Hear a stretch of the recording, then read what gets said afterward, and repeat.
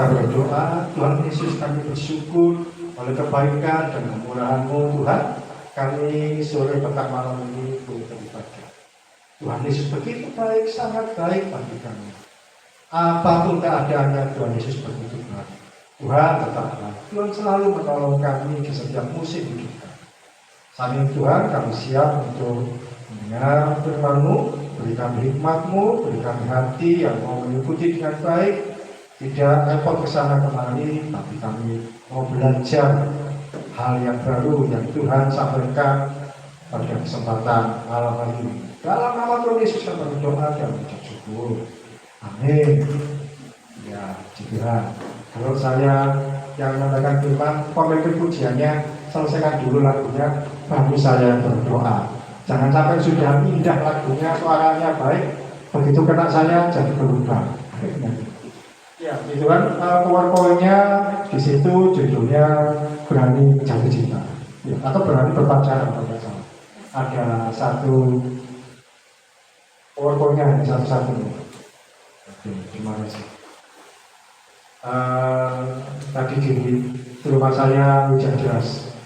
Saya mikir gimana nih, terobos apa enggak. Tapi itu kan selesai nanti hujan sudah mulai reda, sehingga saya kesini aman. Malah sepanjang perjalanan sampai kesini tidak ada hujan kering, jadi di tempat saya saja hujan. Terus yang setelahnya saya sampaikan, bersyukur beberapa waktu belakangan ini gereja kita mulai terangkat lagi. Artinya apa? Kalau yang lalu gereja kita di antara wilayah pelayanan Jawa Timur, kalau yang lalu gereja kita dikenal paling banyak jemaatnya, paling banyak yang hadir setiap minggu. Sekarang gereja kita dikenal apa? Paling banyak hamba-hamba Tuhan atau pelayan-pelayan Tuhan yang siap pelayan. Beberapa kali ada acara Zoom doa, kita yang tampil. Waktu Zoom doa nasional diikuti hamba-hamba Tuhan seluruh Indonesia yang wilayah GKKI Sinode. Waktu itu saya tolong menulis pujian. Saya yang akan firman Tuhan, karena memang gilirannya wilayah Jawa Timur, MD Jawa Timur yang bertugas. Rabu yang lalu pilihan doa se-Jawa Timur. Kalau yang tadi se-nasional Jawa Timur, pemimpin pujian Yulinus yang sharing Ferdinand. Jadi kita mulai sedikit-sedikit diandalkan, dipercaya untuk melayani. Ya. Kalau yang lain-lain, yang teman-teman yang lain dari wilayah Jawa Timur yang lain mulai berkurang. Kita yang dipercaya, puji Tuhan, semua karena kasih karunia Tuhan. Oke, ini berhubung kita mau masih Februari, nah, sharingnya katanya tentang tema kita berarti tentang kasih sayang. Nah, minggu depan ada acara khusus untuk Valentine atau peringatan hari kasih sayang. Kali ini saya mau menyampaikan firman Tuhannya atau sharingnya, mengajar sebuah pengajaran, karena bisa sampaikan dari PowerPoint. Saya beri judul berani mengenal cinta. Ini buat yang belum punya pacar atau yang sudah punya pacar, baik untuk semua kita. Yang sudah menikah ya cukup tahu saja, karena tidak mungkin mengulang dan disampaikan. Tapi kiranya ini boleh jadi pembelajaran yang baik bagi kita semua, jadi masukan yang baik bagi kalian semua untuk kita belajar bagaimana sebaiknya ketika saya mengenal cinta, bagaimana sebaiknya kalau saya berpacaran. Ya, istilah berpacaran itu ya istilah dunia. Alkitab nggak ada pacaran, yang ada Yusuf dan Maria bertunangan. Berpacaran itu kan istilahnya masih berdekatan. Saya bacakan dasar firman Tuhannya dari 1 Korintus 13 ayat 13 di slide yang berikutnya. 1 Korintus 13 ayat 13 kita baca sama-sama, tertulis di sini 1, 2, 3. Demikianlah tinggal ketiga hal ini, yaitu iman, pengharapan, dan kasih. Dan yang paling besar diantaranya ialah kasih. Kan jarang yang menyampaikan firman Tuhan tentang pacaran. Nanti kita akan lihat ini lebih banyak teknisnya saya nyampaikan, tapi tetap ada dasar firman Tuhan. Ya. Di bagian akhir dikatakan paling besar diantaranya ialah kasih. Kasih kalau dalam bahasa Inggris disebut love. Sayang, ya love. Aku sayang kamu, ya I love you. Aku cinta kamu, ya I love you. Apalagi, aku mengasihimu, I love you. Tapi bahasa Indonesia itu lebih baik. Semua ada tingkat-tingkatannya. Kita kan nggak mungkin sembarangan ngomong ke orang lain yang di sekitar kita, aku mencintaimu, kan nggak mungkin. Tapi ternyata bahasa Indonesia itu ada tingkatan yang baik, walaupun sama-sama love. Sama seperti kalau rice, nah, itu bahasa Indonesia. Bahasa Indonesia apa? Rice, Astia. Bahasa Indonesia rice. Rice kan macam-macam. Nasi, ya rice. Petani nanam padi apa? Padi apa? Rice juga. Beras, ya rice. Gabah, ya rice. Jadi bahasa Indonesia kalau di sana cuma satu kata, di Indonesia banyak pengertian. Ini kan juga love. Coba singkat saja, dan berikutnya adalah kasih. Dari tingkat yang paling umum, mengasihi itu apa? Mengasihi istilah yang masih umum.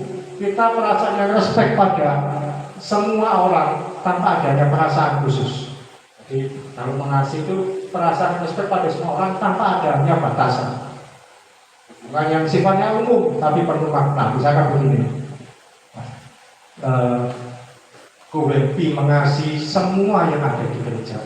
Nah, ini kan umum mengasihi semua yang ada. Kita mengasihi saudara seiman, itu kan itu semua. Itu kan masih sifatnya umum.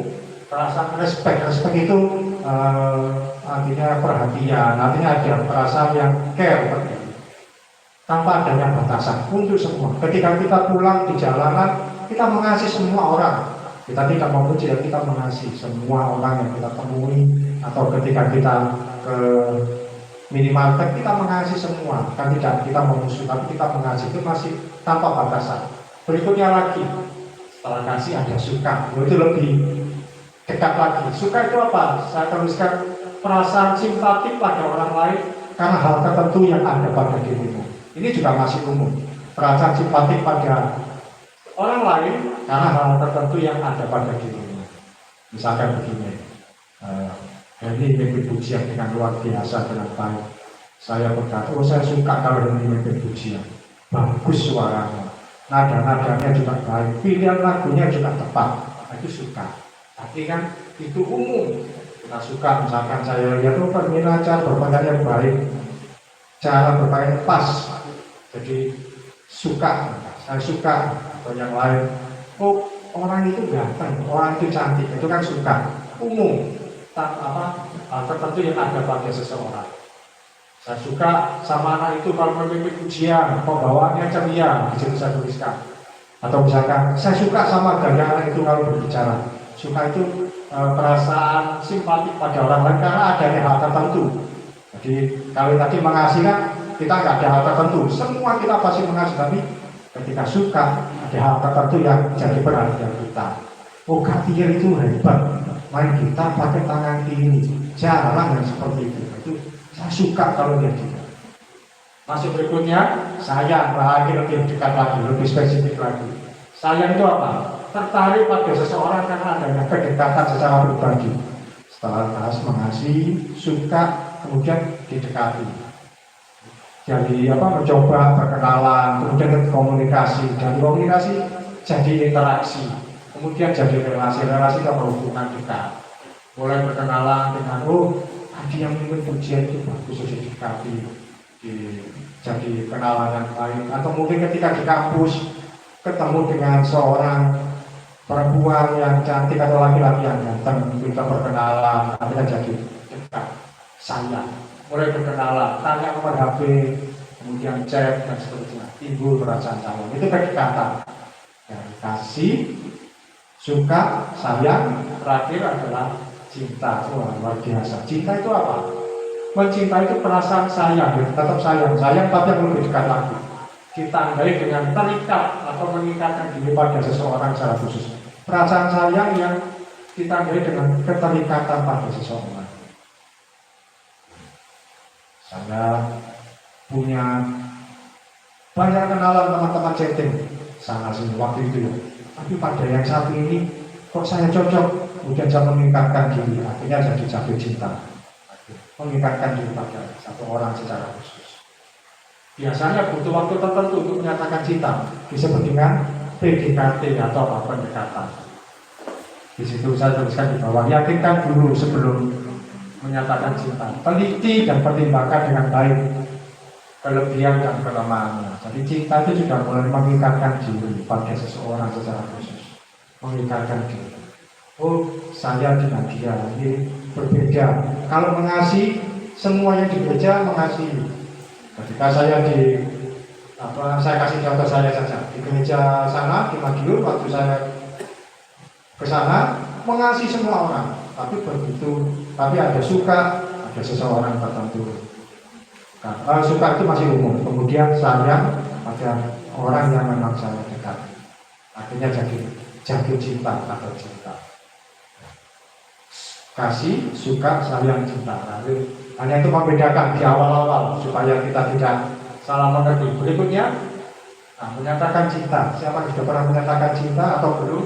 Kalau belum, yang harus diperhatikan satu, menyatakan cinta itu secara wajar, normal, dan jangan berlebihan. Ya, kalau nanti yang buat pandangan yang belum menyatakan cinta, secara wajar saja. Misalnya begini. Aku ingin hubungan kita lebih serius lagi, lebih dekat lagi, lebih dari sekedar teman, itu wajar. Yang kedua, menyatakan cinta bersifat pribadi, sebisanya jangan di luar, di depan umum. Jadi hanya pribadi saja, datang ke rumahnya, atau telepon, atau chatting. Ya, aku sayang sama kamu, boleh nggak kita hubungan lebih dekat?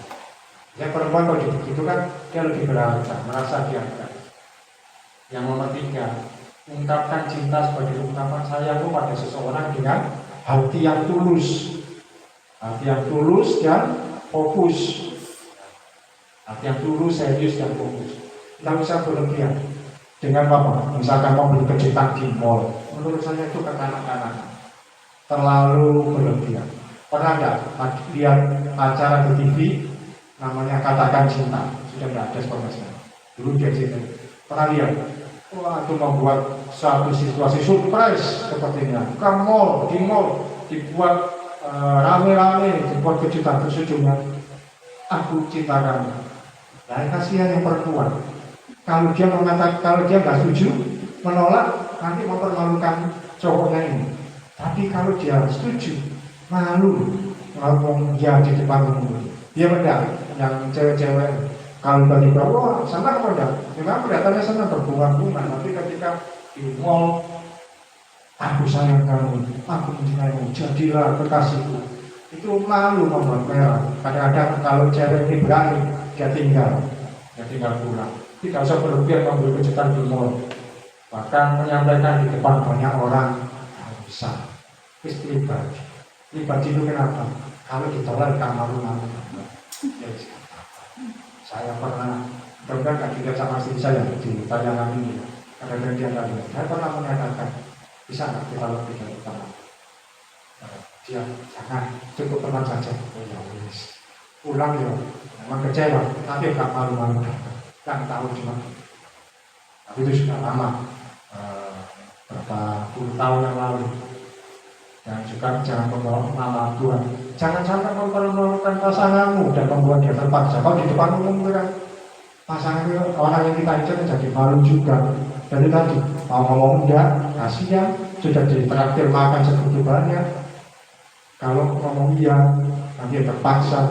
Apalagi kadang-kadang kalau dikatakan cinta, pilih yang kanan ini bunga, yang kiri ini berlian atau perhiasan misalkan. Ambil salah satu, apa-apa. Itu kan dikasih. Oke ya, ini pengantar. Tujuan dari pacaran itu apa? Kira-kira. Menurut Kamina, tujuan dari pacaran itu apa? Jangan ditampilkan dulu sebaiknya. Yang lain. Ini dulu. Apa tujuan dari pacaran? Sebut salah paham ini. Yang lalu pasti ada itu. Tujuan dari pacaran?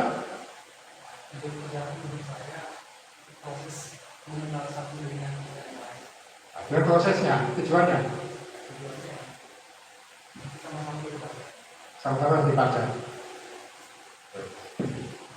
Menurut Rika, tujuan pacaran itu apa? Nah, itu kan datang pas tahun baru, sempat saya tanya. Tujuan dari pacaran apa? Tujuan dari pacaran mau ke jenjang yang lebih serius. Ya, mau ke jenjang lebih serius. Orang makan tujuannya kenyang. Prosesnya itu apa ya? Banyak mungkin sambil punya, sambil menikmati, ini ganti ini, makanannya ganti ini. Tapi tujuan akhirnya itu yang penting. Bisa dilanjutkan. Tujuan dari berpacaran itu adalah pernikahan. Kalau orang yang dekat sama kamu gak serius, dipikirkan dengan saja. Tujuan adalah pernikahan. Loh, bahkan belum tentu, usaha belum tentu itu nanti. Tapi seriuslah dengan pasangan. Kalau belum tentu apa-apa, waktu proses-prosesnya ternyata gak cocok, ya sudah. Enggak apa-apa, karena memang berhasil. Tapi tujuan akhir adalah pernikahan. Karena itu pacaran itu bukan untuk anak-anak, bukan untuk anak-anak yang masih kecil, bukan untuk SMP, SMA, atau bahkan yang masih kuliah yang belum bisa mandiri. Mohon maaf, pacaran itu untuk orang dewasa. Karena tujuannya adalah pernikahan. Di masa muda kan tidak diskusi dengan pacaran. Ada banyak berkata, lu kan bisa buat kenangan indah ketika sekolah SMA punya cowok yang ganteng, cewek yang seksi. Masa muda kan tidak habis di sini, tapi dengan prestasi di sekolah, prestasi di pelayanan, prestasi di olahraga, seni dan sebagainya. Gak harus masa mudamu, SMA-mu, kuliahmu, pacaran, malah nanti jadi apa? Masa-masa kita muda itu kehilangan banyak hal. Berteman hanya dengan itu saja. Masa muda tidak harus selalu diisi pacaran. Banyak hal yang bisa kita kerjakan dengan tersebut. Nah sekarang usia-usia dari kalian ternyata kan lebih banyak yang sudah tidak lagi terlalu muda, kita menuju ke jenjang lebih dewasa. Berikutnya, karena itu ini cocok buat kita, mudah-mudahan. Nah, kalau cari pasangan, ada kriteria umum. Kriteria umum ini wajib, tolong jangan dilanggar. Ini yang wajib ada. Ini yang wajib. Apa yang pertama tentu, ini yang seringkali disampaikan. Temukan pasangan yang seimbang, nggak cuma seimbang, nggak tolong menikah, bacakan ayat ini 2 Korintus 6 ayat 14 sampai 15.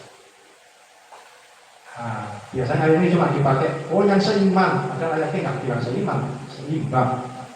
2 Korintus 6 ayat 14. 2 Korintus 6 ayat yang ke-14 sampai 15 berbunyi demikian. Janganlah kamu merupakan pasangan yang tidak seimbang dengan orang-orang yang tak percaya. Sebab persamaan apakah terdapat antara kebenaran dan kedurhakaan? Atau bagaimanakah terang dapat bersatu dengan gelap? Persamaan apakah yang terdapat antara Kristus dan Belial? Apakah bagian bersama orang-orang percaya dengan orang-orang tak percaya? Ya, terima kasih. Seimbang itu apa? Yang pertama pasti seimbang. Sama-sama di dalam Kristus, mengenal Tuhan Yesus sebagai Juru Selamat. Jangan main-main dengan yang ini. Tapi bukan cuma seimbang, tapi ada yaitu sejalan dalam karakter yang baik. Kalau cuma seimbang, kode Kristen nih, sama-sama Kristen, ternyata kehidupannya berantakan. Yang laki-laki kehidupan imannya berantakan, kacau. Buat apa? Nakal sana sini. Pokoknya Kristen dia nggak malas yang sana juga. Yang perempuan misalkan tidak bisa diajak kehidupan yang hemat, suka belanja sana sini. Ya buat apa? Jadi nggak cuma seimbang, tapi sejalan dalam karakter yang baik. Ada seorang itu berkata kepada saya, Pak, saya senang Pak, calon menantu saya itu pacarnya anak saya, dia itu suka main musik. Ini pacarnya anaknya itu laki-laki, jadi calon menantunya yang perempuan. Dia suka bisa main musik, pelayanan di gereja, bisa bahasa roh Pak, pokoknya luar biasa. Ya saya balik, kalau begitu yang laki-laki juga harus bisa ngimbangi dengan baik, pelayanan dengan maksimal. Jangan cuma yang perempuan aja yang dituntut dijadikan kebanggaan. Bisa main musik, memang main musik di gereja lain mas. Pinter tapi memang rajin pelayanan juga, pinter bahasa dan sebagainya. Jadi tetapi yang laki-laki juga, jadi supaya sejalan. Yang juga searah dalam perjalanan hubungan yang sehat dan indah. Searah itu maksudnya apa? Di sini saya tuliskan, jangan sampai yang satu maunya berjalan dengan benar, berjalan dengan lurus, berjalan sesuai dengan kebenaran firman Tuhan. Tapi yang satu maunya apa? Maunya ke arah seksual terus. Maunya wah, kalau ketemu pegang-pegang, raba-raba dan sebagainya. Berarti kan tidak seimbang.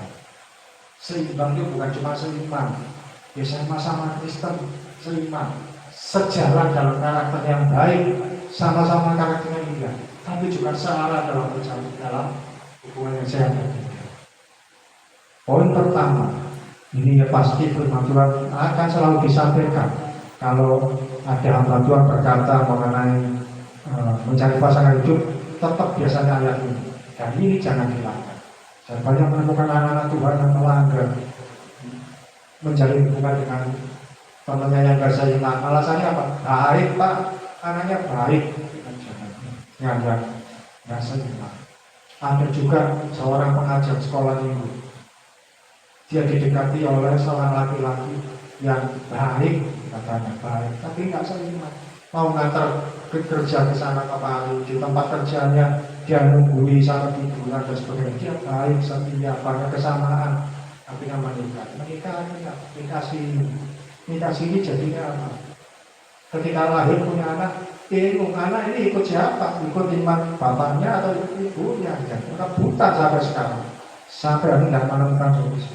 Yang mamanya tentu karena sebagai pengikut Tuhan Yesus kepingin anak menjadi Kristen, tapi laki-laki kan juga kepingin ikut imannya dia. Mana yang benar tidak jelas. Nah, benar ya, dia sudah salah. Jadi jangan mencoba mencari apa masalah yang tidak perlu. Oh ini baik, nanti dia akan ikut Tuhan Yesus katanya, mau dibaptis nanti Pak. Jadinya sampai sekarang tidak juga. Hati-hati, jangan salah dalam melangkah. Yang pertama pasangan yang seimbang. Yang berikutnya kriteria umum apa? Firman Tuhan berkata mensyaratkan untuk yang sudah bekerja. Kalau pacaran menjadi hubungan tapi ternyata penghasilan aja akan jelas, nganggur dan sebagainya, apa yang bisa kita banggakan? Amsal 24 ayat 27 ini ada kita tolong dibaca. Amsal 24 ayat 27.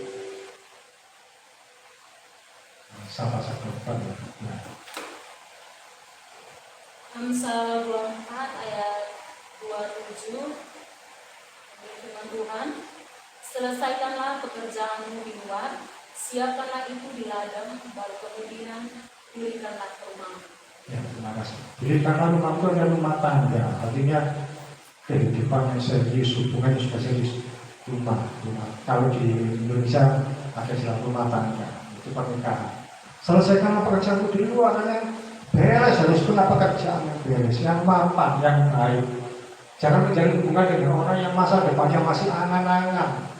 Masih angan-angan tuh, ya masih nganggur, masih nanti. Tapi juga jangan jadi orang yang materialis. Misalkan yang perempuan, saya mau kalau jadi pasangan saya itu pekerjaannya minimal sekian. Pokoknya seorang pria bisa menunjukkan tanggung jawab dengan pekerjaan, itu sudah cukup. Pekerja itu menunjukkan kemapanan, ya siap untuk tanggung jawab. Jangan kalau nanti saya masih baru cari kerja, kalau belum siap bekerja, jangan cari kerja. Karena itu ketika SMA, teman-teman sekitar saya berani pacaran, cium, keluar dan sebagainya. Saya tidak, karena saya merasa nggak punya uang. Kalau saya ngajak teman perempuan makan pakai uang siapa? Ketemu uang orang tua. Orang tua juga kasih nggak selalu, nggak rutin. Ya kan nggak bisa dibanggakan. Teman pasangan seimbang sudah bekerja. Dan yang ketiga, yang wajib diketahui, yang wajib ada kriteria umum. Keluarganya jelas, kan perlu berani diperkenalkan. Tak ialah dalam kitab. Kita tolong Kejadian 24 ayat 4. Ini tentang Abraham mencarikan jodoh bagi anaknya Ishak. Kejadian 24 ayat 4. Tetapi engkau harus pergi ke negeriku dan kepada sanak saudaraku mengambil seorang istri bagi Ishak anaknya. Ya, terima kasih. Jadi Abraham menyuruh kepada pembantunya namanya Eliezer, tolong cari jodoh bagi anak Ishak di tempat tanah kelahiran Abraham. Nanti kita ketemu orang ini. Kalau mereka setuju, itu jodoh bagi Ishak. Eliezer-nya bantah, kalau mereka nggak setuju gimana? Pak Abrahamnya berkata mereka nggak setuju, gak jadi jodoh dengan mereka. Ya, keluarganya jelas saya setuju. Kalau berani memperkenalkan pasangan pada keluarganya, berarti tandanya serius. Perempuan-perempuan kalau diajak serius hubungan, tandanya adalah berani memperkenalkan keluarga. Oh ini papaku, ini mamaku, ini orang tua. Yang laki-laki pun begitu. Ajak kepada keluarga, perkenalkan. Ma, ini teman dekatku sekarang. Kadang-kadang suka nyebut baca ini yang sekarang dekat dengan aku. Oh ya siapa? Ya cukup ya keluarga dekat, nggak usah sampai ke keponakan, paman, tante dan sebagainya nanti kalau memang mau menikah. Tapi tunjukkan dengan serius. Ini yang sekarang dekat dengan saya. 3 yang pertama, temukan pasangan saya juga sudah bekerja, keluarganya jelas dan berani berkenalan. Kalau keluarganya nggak jelas itu apa? Ya sebulan kalau suruh menceritakan keluargamu yang mana, jangan pada di luar pulau. Ya kamu apa? Tunjukkan, teleponkan, video call dan sebagainya. Tapi ya jangan seperti di konten-konten ketemu cewek duduk-duduk terus telepon. Nah ini pacarku ya, ini cewek ini juga diceritakan di konten TikTok banyak seperti itu. Kenalkan dengan serius. Berikutnya, yang keempat, memiliki komitmen hubungan yang serius. Kalau seorang berani memiliki komitmen hubungan yang serius, gak sekadar main-main, berarti dia adalah jodoh yang Tuhan siapkan. Kejadian 29 ayat 18. Kita tolong, ada tidak? Kejadian 29 ayat 18.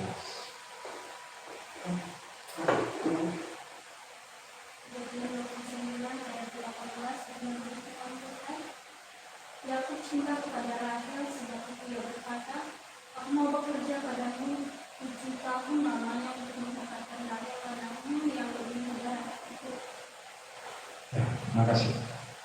Yakub komitmen kepada Laban, ayahnya Rahel, dan kakaknya ada di sini, namanya Ribka. Ya, jadi Yakub bilang pada Laban, aku suka sama anak namanya Rahel. Saya mau dia jadi jodoh saya. Kalau bisa mau kerja sama Anda 7 tahun, itu memberikan komitmen serius, komitmen yang tidak main-main. 7 tahun. Dan kita nggak perlu ikut-ikutan tentang Yakub kerja selama 7 tahun dapatkan seseorang itu. Nanti menunjukkan komitmen. Saya sampaikan kalau bisa pacaran jangan lama-lama, 2 atau 5 tahun lah. Itu ideal. Jangan terlalu singkat, baru 1 bulan terus kerja nikah ya kurang bagus. Perlu pendekatan yang baik. Tapi juga jangan terlalu lama. Nanti ya bosan juga. 7 tahun, 8 tahun digantung terus pacaran sama ini. Supaya kita jadi komitmen yang serius. Komitmen. Satu kali ketika saya datang ke rumah seorang yang saya dekat dengan dia, saya kan juga nggak mau terlalu banyak pendekatan lama-lama, karena kan dia di Madiun, saya di Surabaya, habis ongkos terlalu banyak. Satu kali saya ngomong pada bapaknya, Pak, saya mau nanti segera melamar orang tua saya ke sini. Nah, bapaknya berkata, sudah serius, beneran. Iya Pak, saya yakin sudah sekian kali kesini. Memiliki komitmen hubungan yang serius. Kalau punya komitmen ya ditanya kapan kita ini serius, jalani aja. Tanya lagi kapan, jalani aja. Kalau kita serius, jangan bukan kata orang yang lain, yang kan jelas tujuan. Bahkan kalau maaf ya, kalau ada alasan gini, jangan ngomong nikah, uangku belum cukup, belum siap. Nanti kalau ditanya kapan cukupnya, kapan siapnya, ya, nanti akan muter aja. Karena uang itu nggak akan pernah cukup untuk pernikahan. Pokoknya siap seberapa pun jalan. Berikutnya jangan lupa jaga keputusan hubungan. Ini yang seringkali termasuk anak-anak Tuhan gagal di poin nomor 5 atau yang ini. Oh, ini ada Alkitab, boleh dibantu Ibrani 12 ayat 14. pasal 12 ayat 14.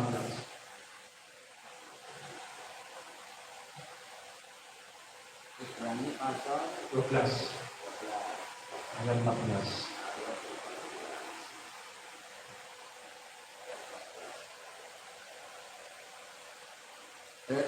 Berusahalah hidup damai dengan semua orang dan kejarlah kekudusan, sebab tanpa kekudusan tidak seorang pun akan melihat Tuhan.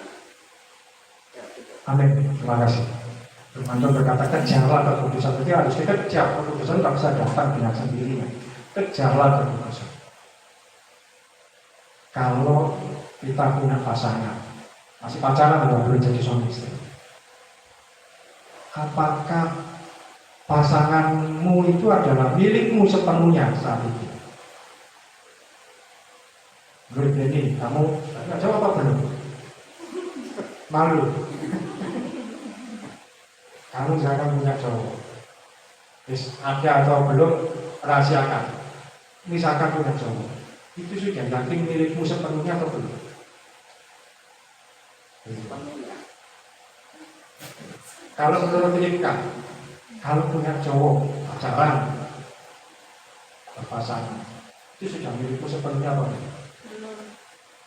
Belum. Belum. Masih 50%. 100% kalau sudah diberkati sama Pak Pendeta. Masih 50%.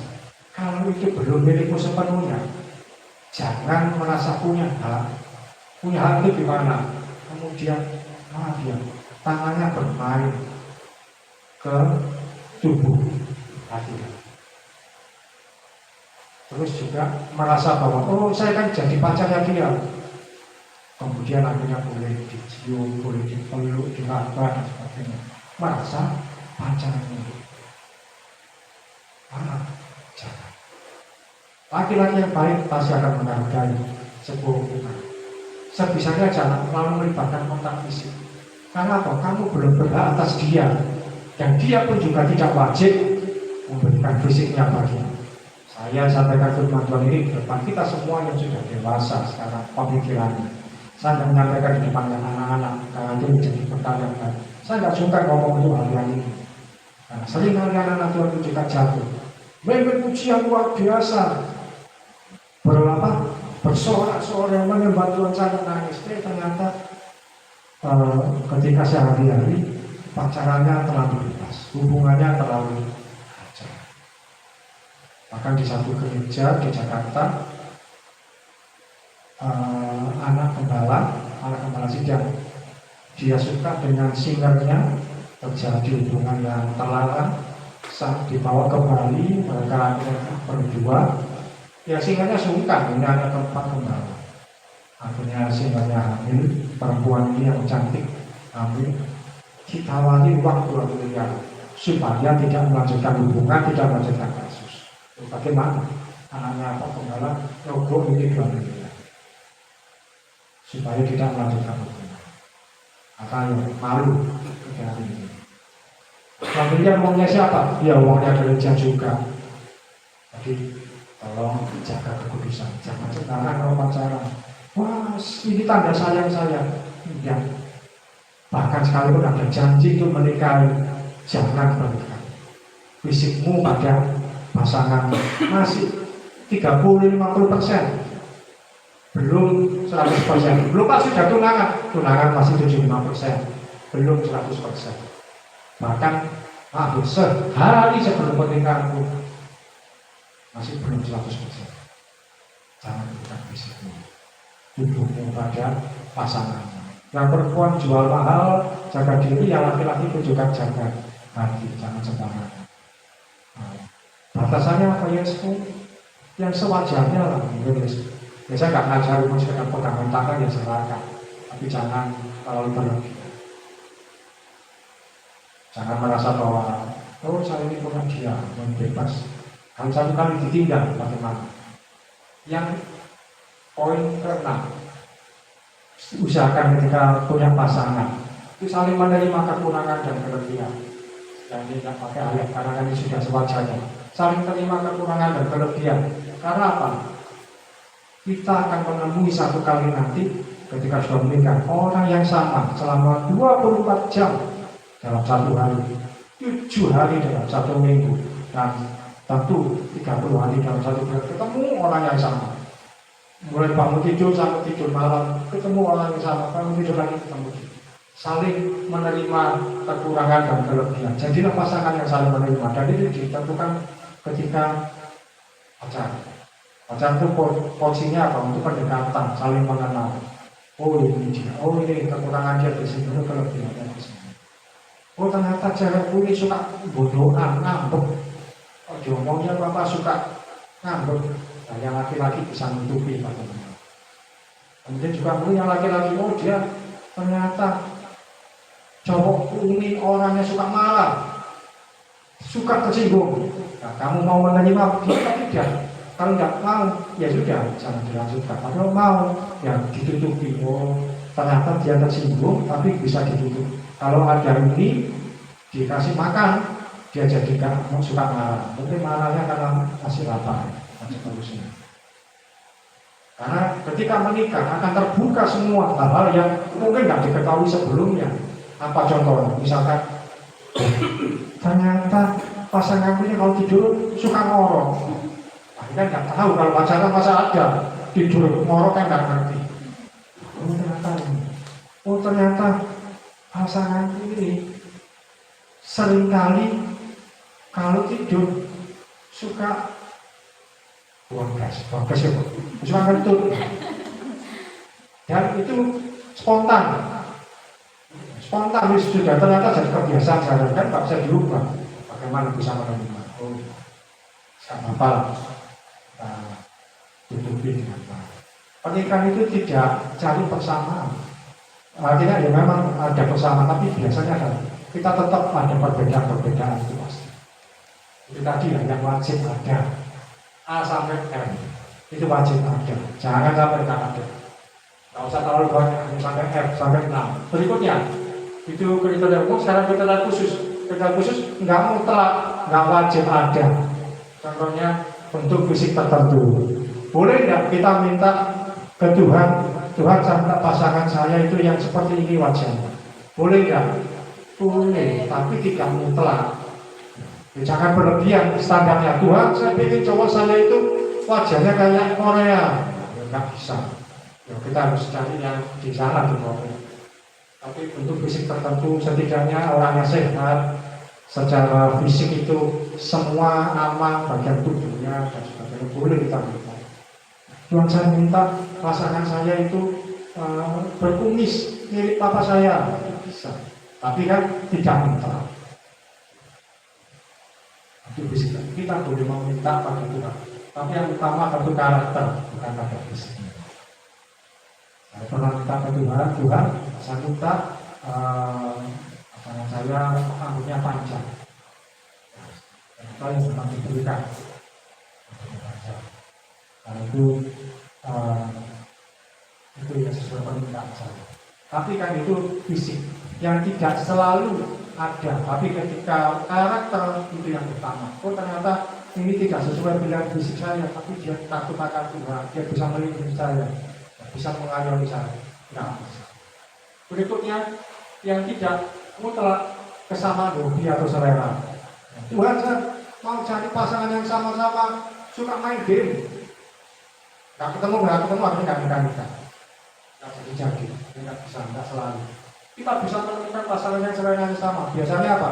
Ketika kita ada di satu komunitas, mungkin kita yang sekarang sedang ngetren itu komunitas apa? Misalkan suka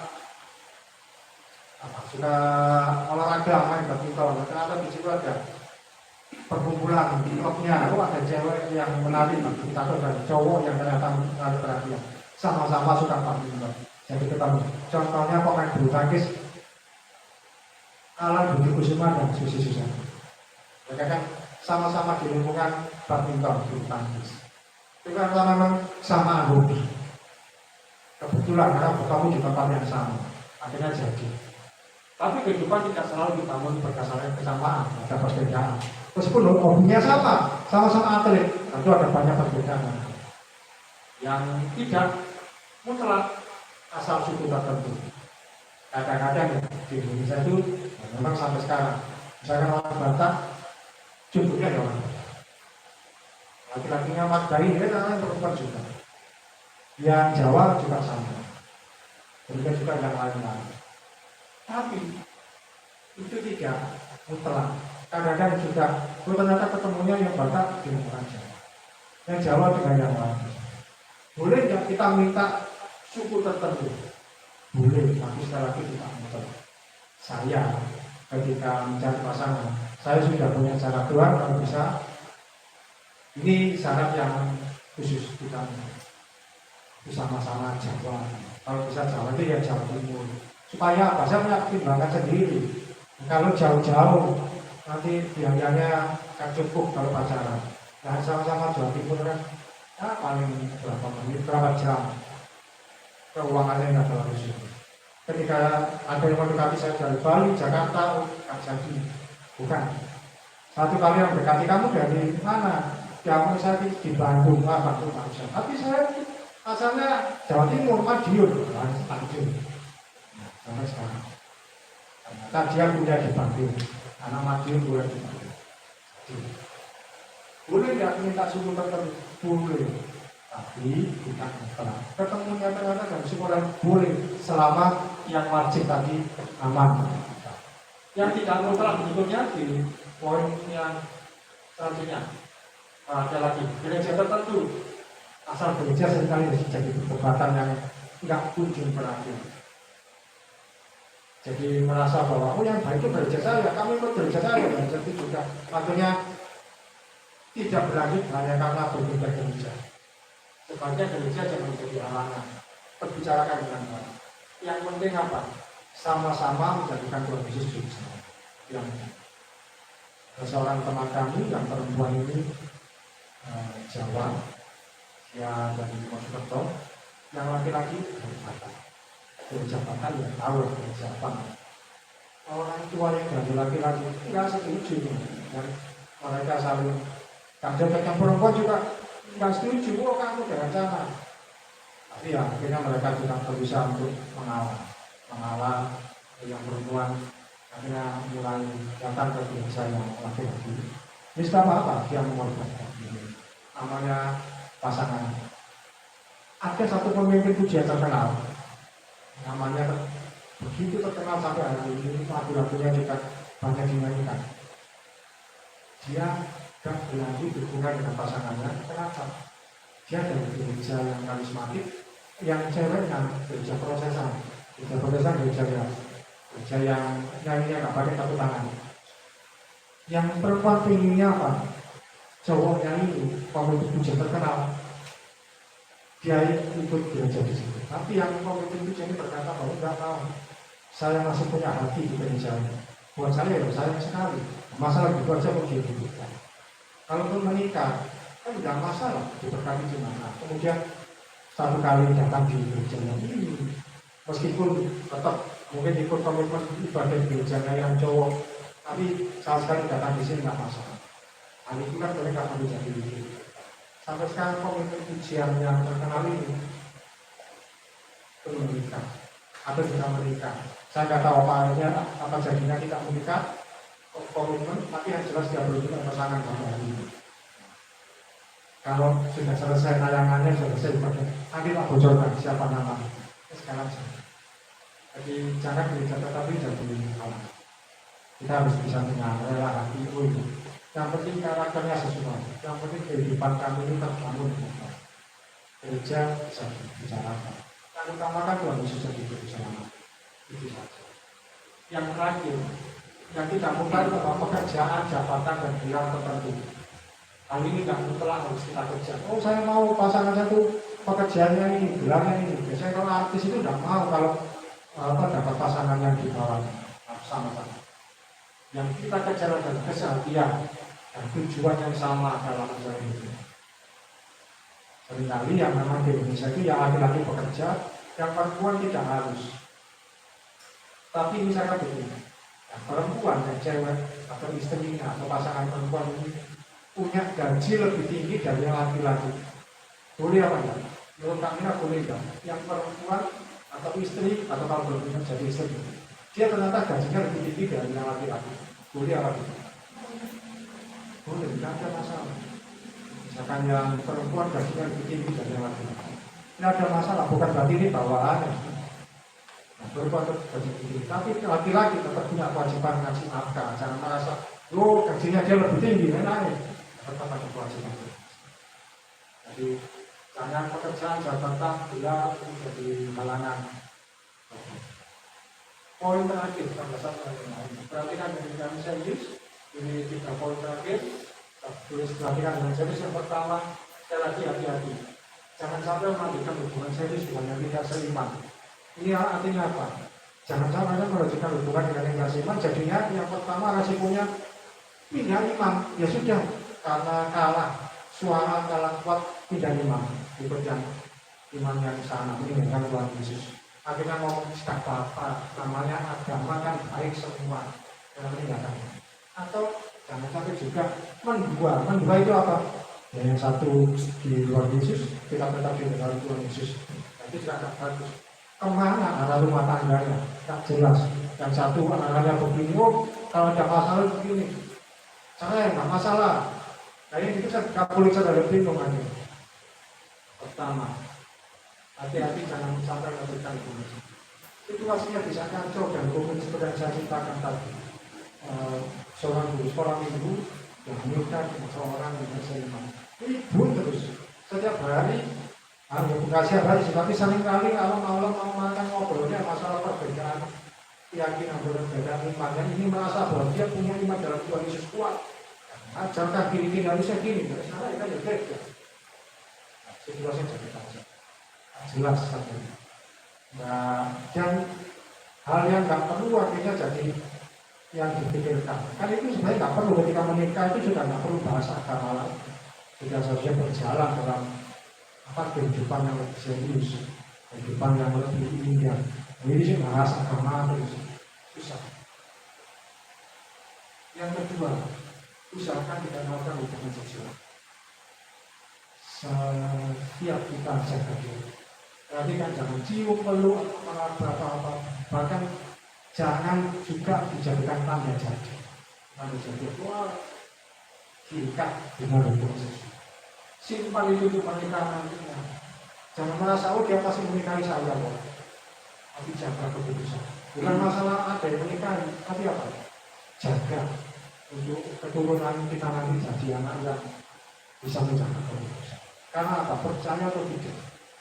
Kalau kita jangan percaya, ketika ada perempuan hamil di luar kita, kamu punya anak nanti, ketika bisa, anakmu kalau perempuan hamil juga di luar kita. Yang laki-laki saya mengalami itu juga. Itu bagaimana? Kuncinya ya pertobatan memang. Kalau sudah menikah kemudian bertobat itu yang utama. Tapi kalau tidak bertobat, hanya merasa bahwa kan saya sudah menikah. Bahwa itu akan seperti itu akan jadi rantai yang tidak berkeputusan. Itu banyak contohnya, termasuk di keluarga saya juga. Sama saya menikahnya dengan jarak kelahiran pertama terlalu dekat. Menikah Mei lahir Agustus. Dan salah satu kakak saya melakukan tidak diajari. Masa ada orang tua ngajar, kami kan? Tapi jadi menurut. Yang ketiga, ya, jangan percaya dengan janji. Nanti saya berubah selama. Misalkan laki-laki suka merokok, dan cewek nggak suka merokok, nanti saya berubah sama. Atau yang laki-laki suka ngomong kasar, ngomong kotor. Nanti menikah saya akan berubah. Pernikahan nggak berubah segalanya. Bisa komitmen semua.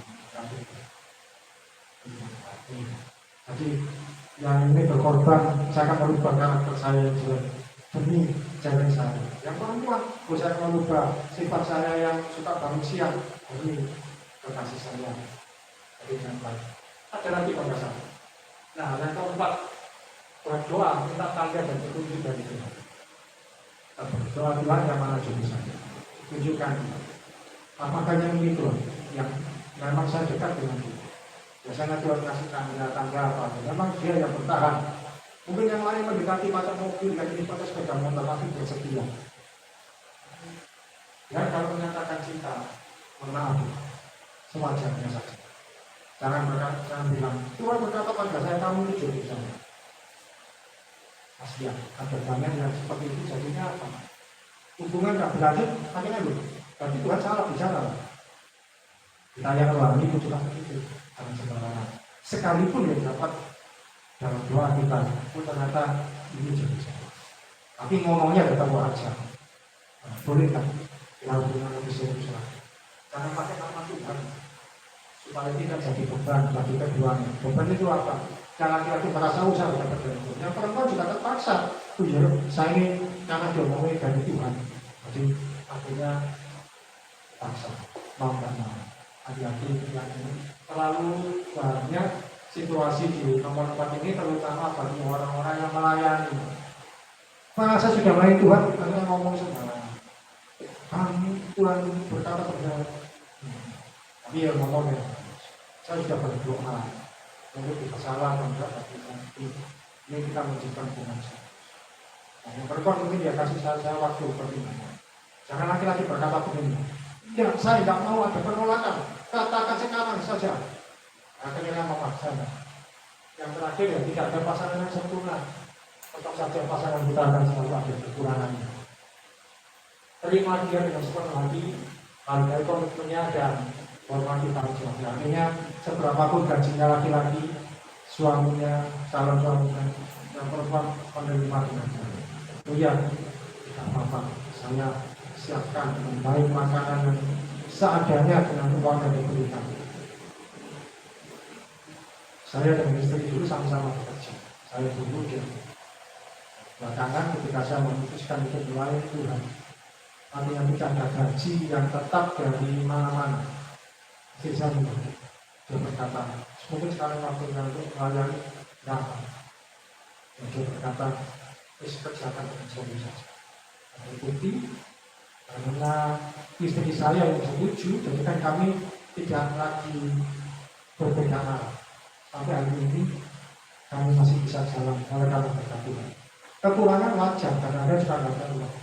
Tapi situasi-situasi tertentu Tuhan kami tidak kekurangan sesuatu pun yang baik. Kehidupan sehari-hari bisa saya tanggung jawab, masih bisa bayar anak sekolah juga, dan kebutuhan bulanan, kewajiban bulanan terselesaikan. Dan situasi-situasi tertentu bisa kami hadapi. Masalah tetap ada. Situasi kadang ini mau beli apa, nggak ada uang ya. Tapi kita saling mengerti. Akhirnya cuma beras sama telur, dia yang dimasak, telurnya digoreng, jadi makan nanti bersama, atau beli mie yang murah-murah dibuat berbeda. Nah ini tanda bahwa kita saling menerima, tidak ada pasangan besar. Terakhir, nah setelah sah, pendekatan yang berkata pada jemaat sah, semuanya berkata sah. Itu kan kalau mungkin ya penghulu sah. Setelah sah, baru apa? Kerudung atau tadi pengantinnya dibuka di depan mata Tuhan. Itu di depan pemerintahnya sudah meninggal.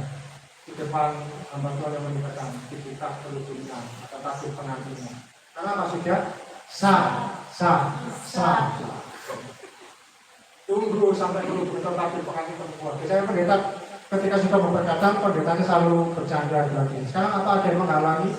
Laki-laki sampai berdekat. Karena grogi ya. Tidak ada Pak Pendeta. Masa tidak ada? Iya. Tidak diberkati? Itu masih ada penutup di depan wajah istrimu.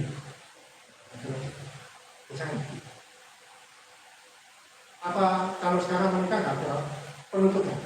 Masih ada kan? Ada yang ada yang enggak. Yang enggak penutup ini pakai topeng.